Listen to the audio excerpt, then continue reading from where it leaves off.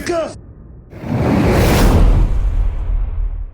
Welcome back inside the Hall of Fame. It's Booker T along with my man Brad Gilmore, talking about the King of the Ring and who was the best King of the Ring of them all. Let's get into it, man. Let's get into it. Shine Bright already wants to super chat in his thoughts. Shine Bright, or their thoughts. Shine Bright says, if I'm being honest, we all know with a unanimous decision that Booker T is the best King of the Ring. I wouldn't mind seeing you go for one more reign as King of the Ring. Who knows? You might be in the tournament on Friday. Well, okay. This is what I thought, because I've seen a lot of the same list that you have. And even before I ever met you and started working with reality wrestling, if you asked who's the best King of the Ring of all time, I would say Booker T. I'd say King Booker was the best, hands down. But I think that we have to judge it on, and let me ask you this. What are we judging it on? Are we judging it on who won the tournament, like who had like the best wins in the tournament, who had the best matches in the tournament, who did more with the King moniker and gimmick, or are we looking at whose career was launched the best by King of the Ring? What is your metric for determining best King of the Ring? I've read that Steve Austin's career was made by him becoming the King of the Ring. I don't believe that. I really don't. If Steve Austin would have never won the King of the Ring tournament, he would have still been Stone Cold Steve Austin. I think he would have gotten there. I think he would have gotten there anyway. So that is a question, that is beyond me right there. I think it's got to be with who did the most with the gimmick, with the character, with the moniker. Who had the most memorable moments? How many times can you look back and remember, man, what you were doing when that person was doing what he was doing? So my thing is, I understand if you like a certain character, if you like a certain wrestler, okay, and you grew up watching that wrestler. But it's like, come on, if you see two acts and you know which one is the best, and you choose this one just because you like that person, you disqualify yourself immediately. I think from a perspective, I think the judges should be people that's been in the business as far as this question goes, because I know hands down, if I was to ask Steve Austin, and I have, do you think you were a better king than I? he's gonna say no. Then again, he may be vain, but I know on paper, you look at the King of the Ring and King of the Rings in past, and what I did when I got the crown and the robe and the scepter, along with my lovely Queen Charmel. We took that road to places that had never been before, and the thing is, places that will never be achieved again. Seriously, I really believe that. I think that if that's the metric we're measuring it on, which is the one that I would personally, it's like when I think of King of the Ring, I think of, okay, what did they do with it afterward? And I don't remember too many guys who actually really took the King idea and really ran with it. It would be like Edge would win King of the Ring and he'd carry around a trophy for a few weeks, and that was the extent of it. Billy Gunn was the King of the Ring. I bet you didn't even remember that. Right? I do not. There's been a few. Owen Hart was the King of Hearts, which I think. And the thing is, I know a lot of people got a lot of love for Owen, and Owen actually tried to. Owens was good. No, Owen actually tried to do something with the King of the Ring moniker and the gimmick, the character. He actually bought into it. So yeah, I put Owen Hart very, very high on the list. But Callie Toenail weighing in on this as well, who says the best king was King Booker. The facial expressions, the gear, the lingo, that damn pinky finger, and the Queen Charmel. It was the total pack. It was a total package. The Savage. Yeah. Now King, Macho King. Now did Randy Savage win the King of the Ring and become Macho King? King Savage. Yeah, the Macho King Randy Savage was good. Yeah, I'm gonna tell you. I would say that it would be you, Macho, and then Owen. You know what? That lineup right there would be perfect. Just because I took a lot from Macho Man, because he really bought into the character as well. Owen, Harley Race, he was another one Harley Race who really bought into the character. But for me, I really feel like I took the character to a place to where WWE, they went all in with me as far as the character go and the props that they brought out for me to really add to the character. I flew to England to Buckingham Palace, hanging out with the beef eaters. I had people following me around like I was a real king, and they were just spectators, not plants or anything. It was amazing. My run as king. I didn't pay for a meal for over a year or a drink if I went to a bar because people just love King Booker.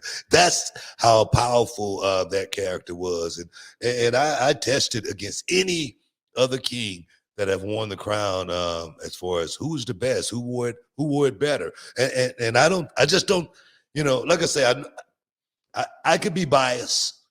I could be biased, thinking just because it's me, but I do know. I said after King Booker, it's going to be hard to play this role. Well, and to be honest with you, after your tournament victory, King of the Ring, they didn't do it for, I don't know, a few years, right? And then they've only done it every so often, sporadically afterward. Now, I have the list of all the winners from 1985 to 2019. And I just want to run them down real quick. I'm going to run them down real quick, and we'll see if any other names pop out to us because we might have forgotten one or two. We have Don Morocco, King Harley Race, Randy Savage, Ted DiBiase, Tito Santana, Bret Hart wins it twice, Owen Hart, Mabel. King Mabel was okay. King Mabel was good, man. I loved it. Stone Cold Steve Austin, of course, Triple H, Ken Shamrock, Billy Gunn, Kurt Angle, Edge, Brock Lesnar. Yeah. And then you won right after Brock, William Regal, Sheamus, Bad News, and Baron. Now, although Brock didn't run with the character, if you want to talk about King of the Ring actually launching somebody, it launched Brock Lesnar. Brock Lesnar comes in, he wins King of the Ring, then he faces Rock at SummerSlam and wins you know what, title. man? I don't look at it that way, man. I really don't. Brock Lesnar would have been Brock Lesnar without the King of the Ring tournament. No, I know, but it was a nice launching pad because it got him into the main event of SummerSlam. Yeah, it was. But when people say this made someone's career, I mean, like no one knew who Stone Cold Steve Austin was before he got in the King of the Ring tournament. That's true. It's ludicrous. That makes no sense to me. Sure. You're right. So, I like I said, I could be wrong, but I just wanted to hear from the people as far as what they thought and who they thought was the best king. But like I said, not just who, but why. As far as why did they, why were they your favorite? What did they do as king to make you feel like they were the best of them all? Now, a lot of people are saying Jerry the King Lawler. Jerry King Lawler didn't win the King of the Ring. I don't put Jerry Lawler in the on the list because Jerry Lawler is he was anointed king well before the King of the Ring tournament was established. That was who he was, well before he ever came to the WWE. We're talking about guys who won the King of the Ring tournament. And those guys only, I think. I always say, when I'm sitting at the table with Jerry Lawler, I always say, he was anointed back in the day, and then he anointed me. I always give him props, over all of us. You know what I mean? More than anything. By the way, if you were interested in buying a King Booker action figure, let's look at it right now. $100. $97.99 on Amazon Prime, and look at it. You have the crown, the robe. Yeah. Look at that, the scepter. Yeah. It's a pretty sweet action figure. It's like the sweetest of them all. Out of literally all the action figures they put out, this one right here is monster, and I'm not just saying that. And it's the highest bid out of all of them, I think. I'm serious. And look, there's only one less stock right now. So there you go. So you better get it. You better get it. You better jump on it. Well, I wonder who they're going to look at putting in that position. Like, I don't know who's going to be in the King of the Ring tournament. They haven't announced it just yet. But I just wonder who could fill those shoes. Who could fill the robe and the crown? I don't know, man. I'm looking forward to seeing how this thing play out. Just because I know everything that came out of me winning the tournament as far as the character goes. It was organic. It was something that came out of my head, and I was like, man, I could really, really take this thing and do something with it. There again, I was thinking about Camelot. I was thinking about Hollywood. making a phone call to me. I was really off into that mode when I was doing that character, and I tell you, I only did it for over a year, a little over a year, but it took so much energy out of me. I shut it down. I walked away from the company as King Booker. I don't think too many guys have walked away from the company at the top of their careers, but for me, I put a whole lot into that character, Charmel and I, and it was special. It was some of the best work that I did in my career. That's why King Booker right now is, like the most memorable thing that I did outside of, my whole career. All the titles pretty much doesn't match up to my King of the Ring run that year and a half. Callie Toenail says Shinsuke set the King back several years, especially with Rick Fools. Booze. Y'all know what I mean. I forgot Nakamura is currently the King. Yeah, no, that's that. I'm not hating on Nakamura or anything like that, but guys, let's be honest with ourselves. I'm serious here. Let's just be honest with ourselves for a moment. After King Booker ran with that deal, anybody that won the King of the Ring tournament after that, they were going to have a very, very hard time. And that's just the truth. I'm not blowing smoke up my behind or anything like that. I'm spitting facts right now. It's because I said my goal was to, when anyone ever mentioned the King of the Ring tournament ever again, the first person they would think about is King Booker, because I did something that was another level as far as this business goes.